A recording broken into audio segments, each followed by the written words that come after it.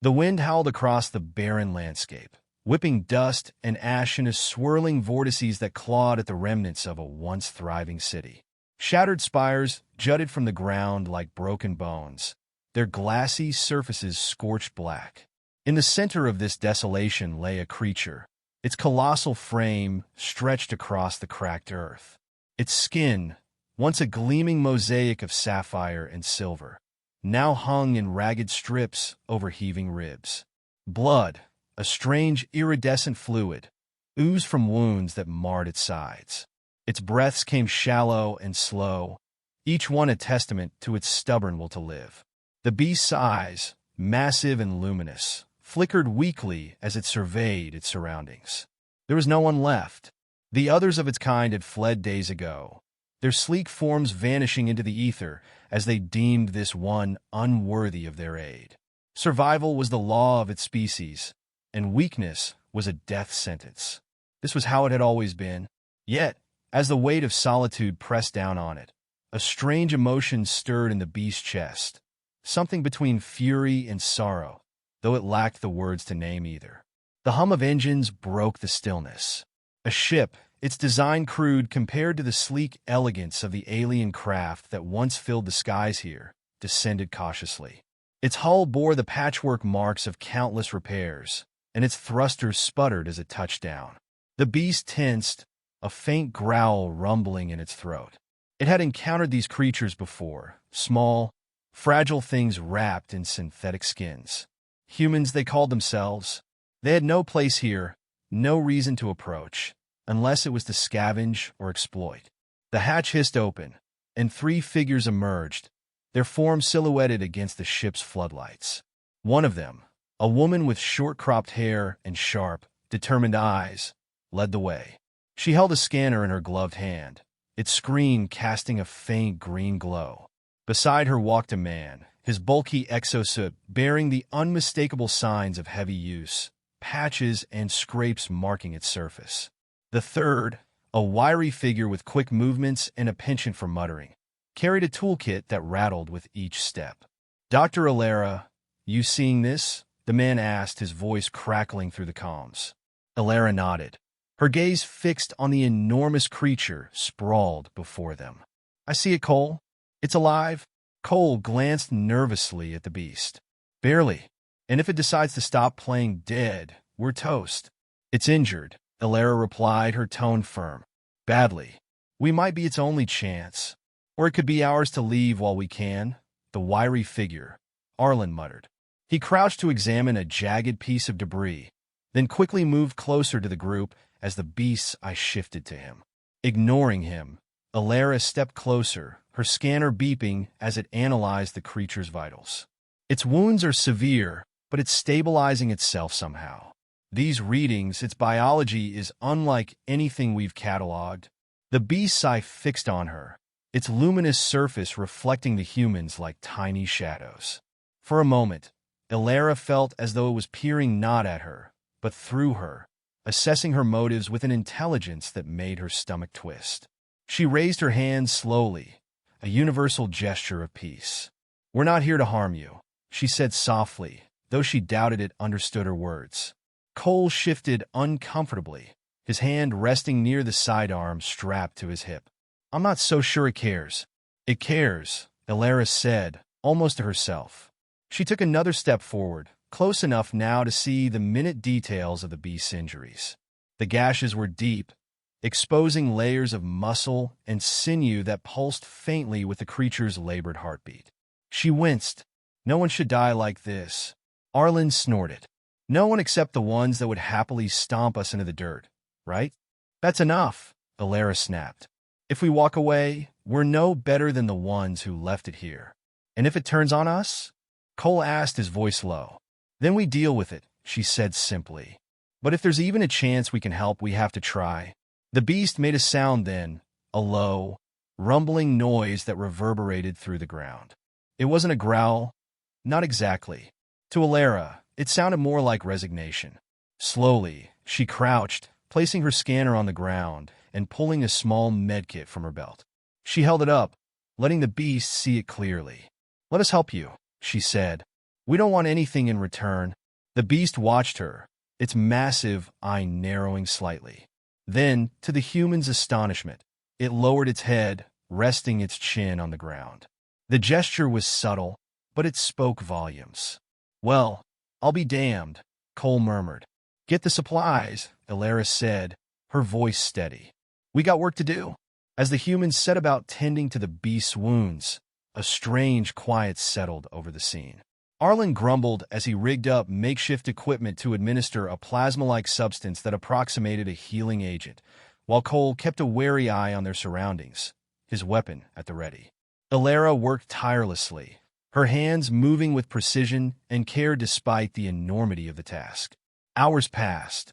The beast remained still, its breathing growing steadier as the human's efforts began to take effect. For the first time in days, it felt something other than pain, something that almost resembled relief. It did not understand these creatures, nor their motives, but it recognized the absence of malice in their actions. When the last bandage was secured and the final injection administered, Elara leaned back, exhaustion etched into her features. "That's all we can do for now," she said. "The rest is up to it." Cole nodded, glancing at the beast with a mixture of awe and caution. "So, what now?" Elara stood, brushing the dust from her knees. "Now we see if it decides to live." The beast's eye followed her as she moved back toward the ship, its gaze heavy with something Elara couldn't quite name. It wasn't gratitude, not yet, but it wasn't hostility either. As the humans prepared to leave, the beast let out a deep, resonant sound that echoed across the barren landscape. It was a sound that lingered, haunting and hopeful, long after the humans disappeared into their ship. The wind carried it away into the desolation, where no one else remained to hear. The first night was a delicate balance of trust and survival. The humans set up camp within sight of the beast, their ship grounded, but ready for an emergency departure. The creature lay still, its massive chest rising and falling in slow rhythm, the faint luminescence of its wounds casting eerie patterns on the cracked ground. Elara kept watch, perched atop a supply crate with a tablet in her hands, analyzing the scans she'd taken. The creature's biology was an enigma, a tapestry of cells and structures that defied easy categorization. She glanced up at it periodically, her mind turning over the same question. Why had it allowed them to help? Cole sat nearby, sharpening a blade with slow, deliberate strokes. The sound of metal against stone was oddly soothing in the silence, though his eyes never strayed far from the beast. "I don't like this," he said, breaking the quiet. "You've made that clear," Elara replied, not looking up. "It's not just the beast. This place feels wrong. Too quiet. Like something's waiting." Elara sighed, setting the tablet aside. "It's a dead world, Cole. The only thing waiting here is us." Cole grunted, unconvinced, and returned to his blade. Arlen emerged from the ship then, carrying a small device that emitted a faint hum. "Shield emitters online," he said, setting it down between them. "Should keep us safe from anything stupid enough to wander too close." "Assuming it works," Cole muttered. "It works," Arlen shot back. He dropped onto a crate, rubbing his temples. "But I'll tell you what doesn't work. Saving a creature 3 times our size with tech barely fit for patching up our cells." Elara leaned forward, her voice low but firm. "It's alive, isn't it? That's more than anyone else has done for it." "Yeah, well, let's hope it remembers that," Arlen said, nodding toward the beast. The creature stirred then, its massive head shifting slightly to watch them. For a moment, none of them spoke. There was something disconcerting about its gaze, a depth that hinted at understanding far beyond what they had assumed. Elara felt the weight of its eyes settle on her, and she forced herself to hold its gaze. "Maybe it already does," she said quietly. The days that followed were a grueling test of ingenuity and perseverance. The humans took shifts monitoring the beast, administering treatments to its wounds, and rationing their dwindling supplies. Elara led the efforts, her background in xenobiology proving invaluable, though even she admitted the situation stretched the limits of her knowledge. The beast's recovery was slow, its immense size complicating every step of the process. They rigged IVs from spare tubing and improvised splints using scrap metal, all while navigating the creature's unpredictable movements. At first, it resisted their touch, its growls rumbling like distant thunder whenever they drew too close. But gradually, the beast began to accept their presence, its hostility softening into wary tolerance. Small moments marked the shift. The way it no longer flinched when Alara approached with a syringe, or how it seemed to watch their campfire at night, the flickering light reflected in its vast, unblinking eye. One evening, as Alara worked on replacing a bandage, the beast let out a low, guttural sound. She froze, unsure if it was a warning, but then realized the sound was steady, almost rhythmic. A hum, deep and resonant, like the echo of an ancient song. It was a sound unlike anything she had heard before, yet it carried a strange, calming quality. "Is it singing?" Arlen asked from the other side of the camp. "Maybe," Alara replied, her voice hushed. She pressed her hand lightly to the beast's side, feeling the vibrations through her palm. "Or maybe it's talking." "Talking? To us?" Cole sounded skeptical, but his tone lacked the sharpness it usually carried. Alara nodded. "It's communicating in its own way. Maybe it's trying to tell us something." "Well, I hope it's saying thank you," Arlen muttered, though there was no real bite to his words. The hum continued for a while longer before fading into silence. The beast closed its eyes, its breathing steady as it drifted into what seemed to be a peaceful sleep. Alara sat back, her thoughts racing. There was something profoundly humbling about the creature's attempt to reach out, as if it was recognizing their efforts in the only way it could. The next morning brought new challenges. A storm swept across the plains, its winds fierce enough to rattle the ship and threaten their makeshift shelter. The beast endured it stoically, huddled against the ground, while the humans scrambled to secure their equipment. Visibility dropped to near zero, and the air was thick with grit that clawed at their lungs. It wasn't until the storm passed that they realized they had a far greater problem. Tracks, dozens of them, circling their camp and then disappearing into the horizon. Cole crouched near one of the imprints, his expression grim. "These aren't animal tracks. Scavengers?" Arlen guessed, his voice tight. "Or worse," Cole replied, standing. "We need to be ready." The beast, sensing the tension, rose to its feet with a groan of effort. Its wounds had not fully healed, but it moved with a determination that belied its injuries.